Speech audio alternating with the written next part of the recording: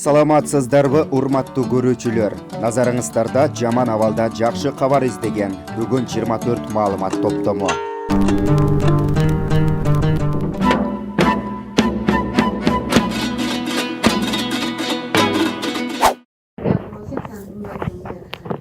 Мен Темиралиева Буайда 23 март күнү Умрадан келген больнойлорду инфекцияга жатты дегенден ошо жерге группа болуп эки группа киргенбиз.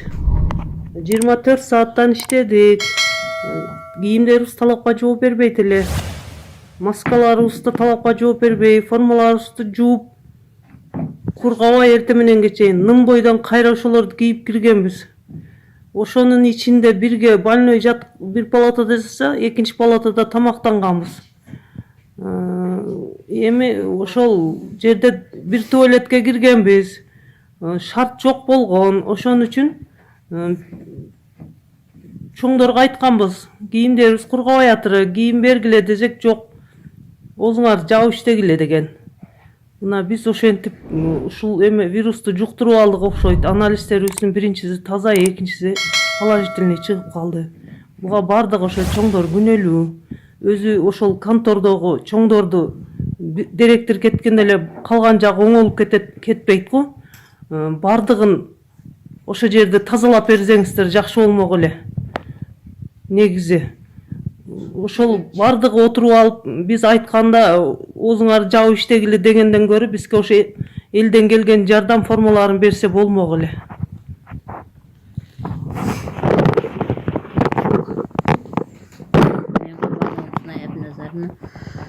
Ошол ишке киргенибизде бизге биринчи келгенде эле 5 адамды группа кылган, бизди группа кылып киргизген. Ошо менен больнойдун алдында биз 3 саат кармалганбыз. Ал 3 саат кармалгандан кийин биздин формаларыбызга талапка жооп бербейт. Жанынан бизде ошо 3 саат кармалгандан кийин аны чыгарып, саат 6:20 чамасында бизди чай ичесиңер деп киргизген. Чай ичебизби, шулар менен форма менен ичебизби десек, ооба, ушу менен ичесиңер деп директорлор жооп берген. Ошондой талаптарыбызды койгон бизге. Мен Аскаралиева Халысхан медсестра болуп киргенмин ошо группага. Биз биринчи группа, эките группа кирген, биринчи группасыга мен киргенмин. Врачыбыз Камилов Дилшат бойген, медсестрасы менен 3 санитарка 5те киргенбиз. Биз больной келгенде эле биз биринчи палатага бир сырттан ошо умрага барган аялын алып келип киргизишкен да. Onu астыга бизди шашап кирип туруп, кийимдер туура келсе де, бирибизге чоң, бирибизге кичине келсе деле ошентип биз алып кирип койгон. Анан өздөрү биякта даярдыгы эме болбогон үчүн биз ошол жерге кирдик. Больной состояниясы жакшы болгон, температурасы ошо пайтта жок болгон. Врач көрдү, мен градусник койдум, көрдүк. Анан врач айтты, болду, больнойго эме мындай жардам көрсөтө турган эме эмес экен. Текшерип көрүп чыктык. Эми сыртка чыксак болот деп сыртка чыксак, бизге кайра киргиле, ошол жерде тургула дей берди. Биз ошо форма бойдан врач медсестра 3 санитарка 5 киши болуп туруп, ошол жерде точно 3те кирип баштаган болсок, почти 4-4:30 чейин ошол жерде тура бергенбиз. Тургула, биз даярдалайлык, тургула дей берген. Аны биз биринчи анализ отрицательный чыгып, экинчиси положительный чыгып турбайбы? Ошого эгерде биз жуктуруп алган болсок, ошондо жуктурдукпу же кайсы жерде биз ооруну жуктурдук, бизден ушуна положительный чыгарып атыптыр. Анан иякта биринчи анализ отрицательный болуп, анан биз ак оргонго обсервацияга келгенбиз. Биякта кийин текшерген экинчи анализде положительный деп берип атат. Биз каердан жуктурдук? Бизде биякта шарт жакшы эмеспи, же иякта шарт эмес, биз түшүнбөй калдык. Биринчи аппаратыбыз бузулуп калды деди. Эми болсо положительный деди. Анан анализ толук бардыгыбыз кетет. Анан 4-4төн бөлүнүп чыгат. 4тасы жакшы, 4тасы жаман деген келе берет. Анан кыскасы эмне демекчимиз, биз ошол жерде иштегенибизде закон боюнча 12 саат, 8 сааттан иштеш керек экен. Биз 2 күн 24 саат, 2 күн 12 сааттан, анан акыры барып туруп текшерүү келди, билем 8 саатты билип калгандан кийин биз 8 саатка өткүздү. Анан акырда 8 сааттан иштеп, бияктан биз эмебиз бүтүп туруп, обсервацияга алындык Ак Коргонго. Бияка келип, мына азыр келгенибизге 28 күн болду. 27 күнү бизге экинчи анализибизди положительный деп берип атат. Биз эмне демекчибиз, биздин ошо анализ ушундай чыгышыга ошо контордагылар бардыгы себепчи.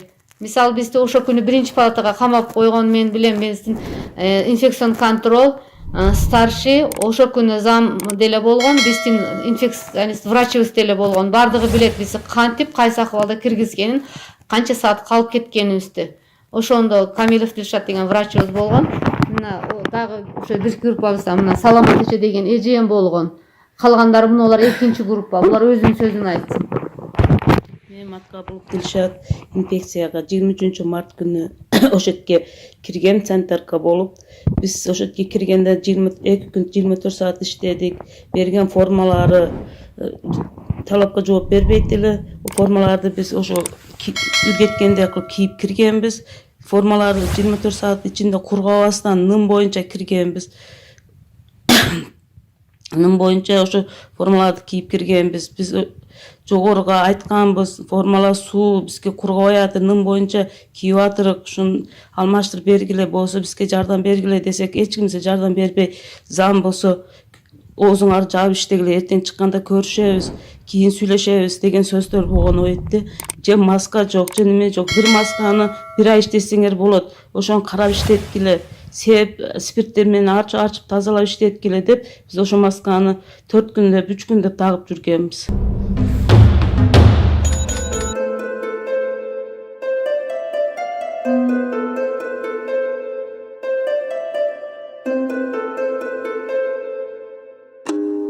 Qanchaga chiqdingiz? 80 100 so'mlik qo'yib 80ga chiqdim da.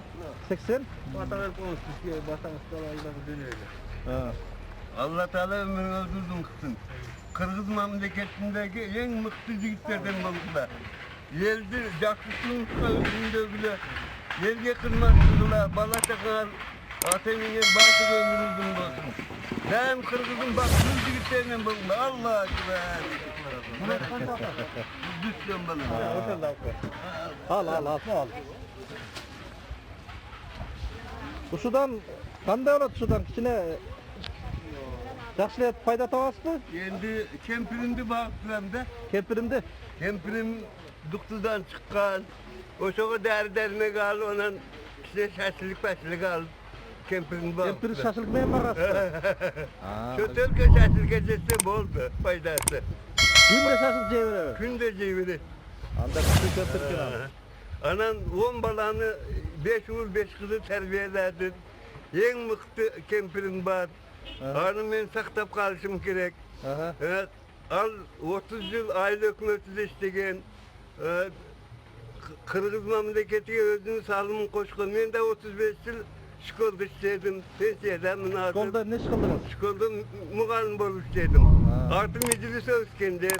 Kempirim Abdiva Tunluk.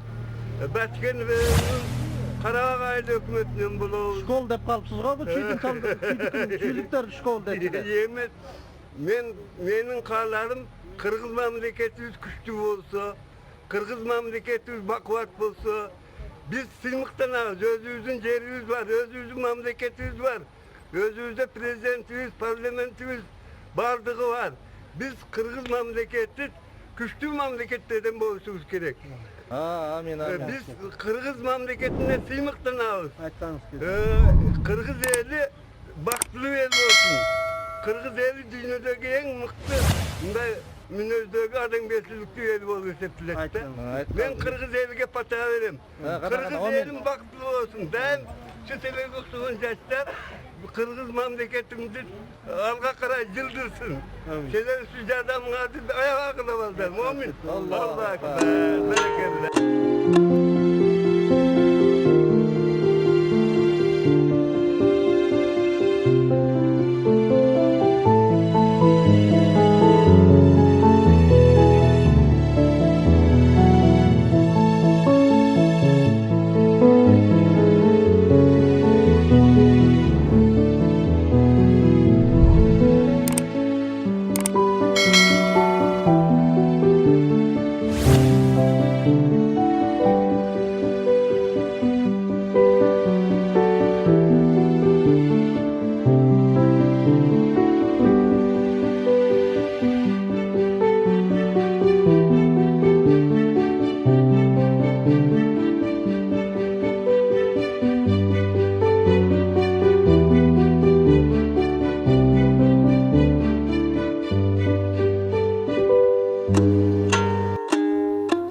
Саламатсыңар, урматтуу кыргызстандыктар. Менин атым Мелис Маматов. Коронавирустун пайда болушу Сооронбай Жээнбековдун 3 жылдык башкаруусунун жыйынтыктарын ачык даана көрсөтө алды. Өзгөчө медицина тармагыбыздын абалын бардыгыбыз байкадык. Медицина тармагыбызда камсыздоо, каржылоо маселелери жетишсиз экендигин түшүндүк.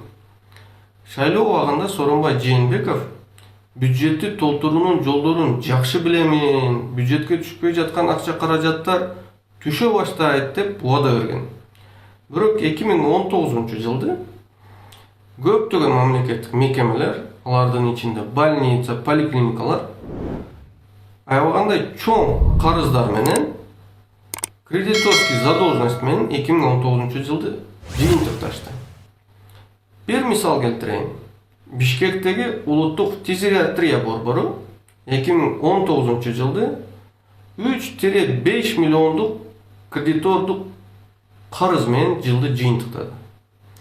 Азыр 2020-жылдын апрель айы мамлекет дагы деле 2019-жылдын карызын поставщиктерге төлөп бүтө элек. Эгер ички карыздарды төлөй албай жатсак, сырткы карыздарды кантип төлөйбүз? Кредит алуунун канчалык керектиги бар деген суроолор жаралды менде. Эгер бюджетибиз толбой жатса, демек бюджетибизге келе турган акчалар келбей башка бир чөнтөктөргө түшүп жатабы? Мына ушул суроолор пайда болду.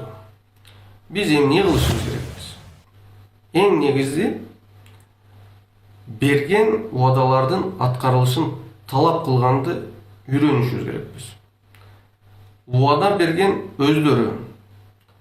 Эми биз талап кылганы толук укугубуз бар. Ушуну бардыгыбыз үйрөнөлү. Сөзүмдү жыйынтыктап жатып, азыр ооруп жаткан мекендештерибизге тезирээк айыгып кетүүсүн каалаймын. Бардыгыбызга ийгилик каалаймын.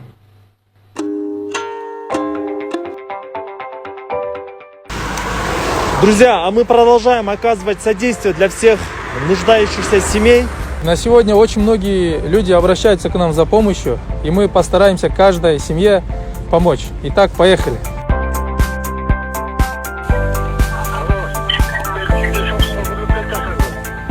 Ооба, жанагы силер айткан улицага солго бурулуп, айдап баратабыз.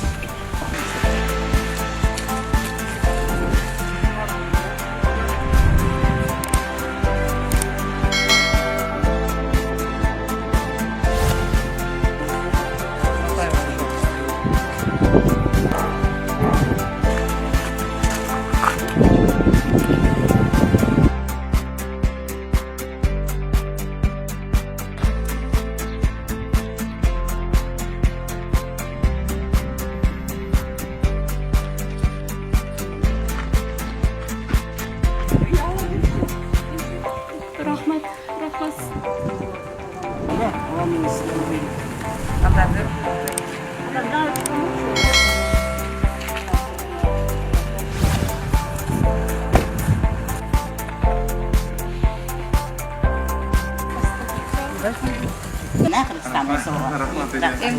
Мы наконец-то завершили раздачу продуктов в Бек-Назарбайке. Какие выводы? Очень приятное ощущение, когда помогаешь своему народу, люди, которые нуждаются. Огромное спасибо тебе, Нурсултан, то, что ты вот так организовываешь такую работу большую. Пусть Аллах будет благодарен тебе, Аллах будет доволен тобой. Спасибо вам. Все было у тебя хорошо, дай Аллах.